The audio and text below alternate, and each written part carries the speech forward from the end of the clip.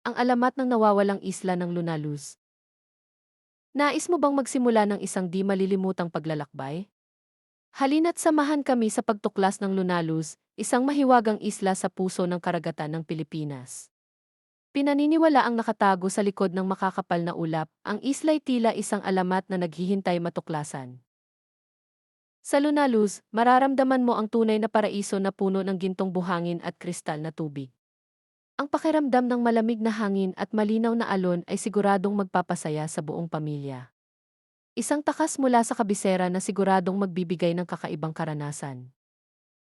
Hindi lang ganda ang hatid ng Lunaluz, kundi pati na rin ang pambihirang prutas na nagbibigay lakas sa sinumang makakain.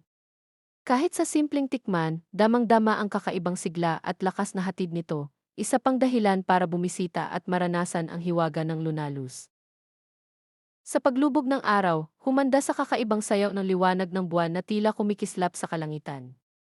Ito'y isang natatanging tanawin na siguradong hahangaan ng bata't matanda. Ang mahiwagang liwanag ng buwan ng Lunaluz ay nagbibigay ng pagkamangha at inspirasyon.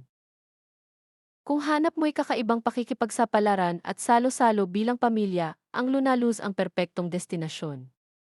Halina't lakbayin ang isla ng Lunaluz para sa isang di malilimutang karanasan kasama ang buong pamilya.